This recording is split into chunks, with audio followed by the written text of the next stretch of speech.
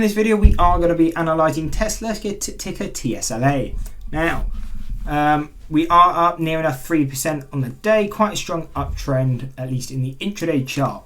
Now, onto the important chart. This is going to give us our proper technical analysis.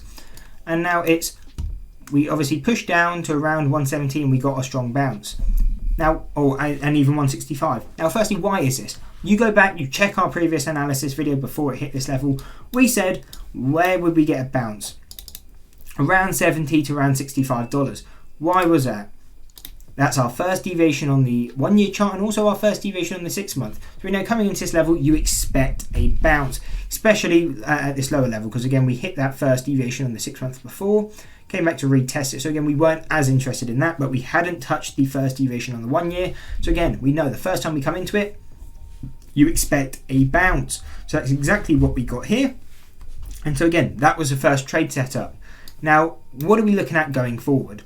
So quickly to the downside, we'll just know if we start to break between kind of the 170 to around 165, then this is going to provide us a short bias opportunity. If we break below this level, come back to retest it as a resistance, and we start to see selling pressure still kick in, that's a good indication that that level is confirmed and we are going to continue lower. And where would our target be going lower?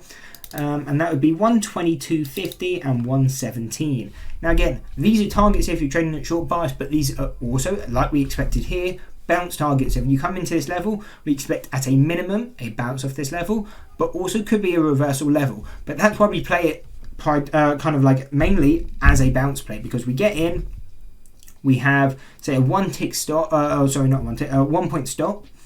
and then we have our target of wherever you kind of want it to be. But what we usually do is we lock in at least kind of some profit up when you're up a point or two. The reason for that is, again, we know it's most likely going to bounce, so we can turn that into a very high probability trade. If we play it as a bounce, we move our stop to break even. Now, we can also trade it as a reversal. We think it's going to continue up.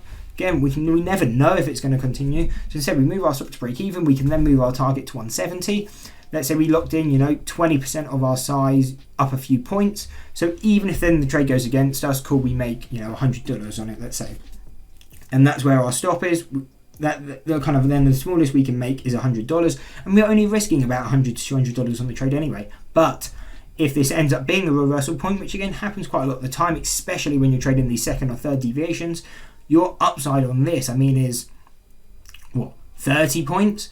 So again, even if you're only in with 50% or 80% of your position, that can make a really good risk to reward trade. Again, playing it as a bounce originally, moving your stop then to break even and trading the rest of your size as a reversal, that's where all the big profitable trades will come. From a technical standpoint, obviously fundamentals, you can always make more money, but from a technical standpoint, this is how I like to trade these kind of plays, because again, you can then usually catch these, 9 times out of 10 you'll catch the reversal. Very rare that it comes back, fakes you out and then goes, but it also, again, you can catch the big moves and you can also make small amounts of money on just the bounces. So that's how I like to look at these stocks and how I like to trade these kind of levels. And again, if we break through, we're looking for that exact same pattern. Bounce the first time, but obviously you want the confirmation the first time you break through. So we would have further supports at $76 and $66. Again, quite unlikely that we break that low, but always better to be prepared than underprepared. Now we're going to go over the resistances. And I know we always get some comments, you basically just said it can go up or down. Yes, we as traders, or we as anyone, don't know the direction the market's going to go. We can't say for sure it's going to go up. We can't say for sure it's going to go down. What can we do as traders? Be prepared to trade either directions. Wherever there's trading opportunities, we want to be prepared. That's exactly what these levels do. Now, if we start pushing to the upside, we have a resistance at 217. So again, if we're long bias now, that's going to be one of our final targets, because what is statistical mean? That is considered fair value. What is fair value? Again, basically where the stock is at equilibrium. We want to trade to this level, not off it. Because again, when you're trading off it, you can't get great risk to reward because you're taking it a bit more of a gamble, even less sense of a direction when we're there. At least if we're taking it from like where we are now, the 170 level, we know, okay, we should push up so we can get some good support, kind of a good risk to reward, because we know we're more likely to push to the upside than we are to the downside. Again, we can never predict that it will go up, but we can at least get the probabilities in our favor. We're buying at 217, again, you're more of a gamble, so why we trade to it, not from it. Now, if we break it, We then have levels at 262 and 268. Now this is where tradable levels come again. I would look to trade off this. Well, how will I look to trade off it? The first time we hit it, we look to play the short. Again, play the pullback, lock in profits. If we make a point or two on the trade, move our stop to break even, and then hold the rest of our position to usually around that 220. If we can get that whole move, then great. If it ends up pushing higher, okay, cool. We stop out, we make a bit of money, or we get out break even. Not the end of the world. We then break through. If we get break through, come back to test it as a support and it holds, then we can play the directional to play to the upside. We then have a target of 310 to 320. Again, you don't need to be risking much on this. Maybe 5-10 points on a stock of this kind of volatility. And again, how much are you then looking? So we're risking, let's say, 5 to 10 points. You're looking for around 40 points upside. Again, you're never going to catch the bottom to the peak. So let's say you miss 10 points of that. You're still getting a 3-to-1 risk to reward or a 6-to-1 depending on what stop you take. So again, these are the opportunities we're paying attention to. If we break that, again, the next opportunity is going to be 360 to 370.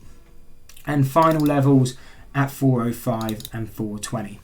So again, these are levels we're paying attention to. You can trade them really in two key ways, or at least that's how I use them. Again, you can use these levels and use them in your own ways, but the way I use these levels is first time you hit them, you play the pullback. If you break through them, then you play the retest as a directional play. So that is the breakdown on Tesla. If you did enjoy the video, I hope you drop a like and subscribe. But also, we have just started a new series on the channel. It's going to be our road to funding. So on the futures side, we're looking to get some funding to start trading the news-related events. Obviously, we're going to stick to the stocks. This is the bread and butter. The way you can always think about it is technicals will pay off your mortgage, pay your mortgage, and news will pay off your mortgage. So that's why we trade these all the time. Again, quite predictable. We know how it's going to react. But again, news can be really volatile. That can make money. But again, I don't want to be risking that. As we know it can be so volatile, I don't really want to trade that with my money. And that's why we're going through a funding process. So we can get funding on it through the futures. And then we can play the news without the risk of losing thousands and thousands or even tens of thousands off a singular trade. So I hope you kind of come along on that process. But anyway, like we said, if you enjoyed the video, don't forget to drop a like and subscribe. Hope to see you next one. And that's it. Peace.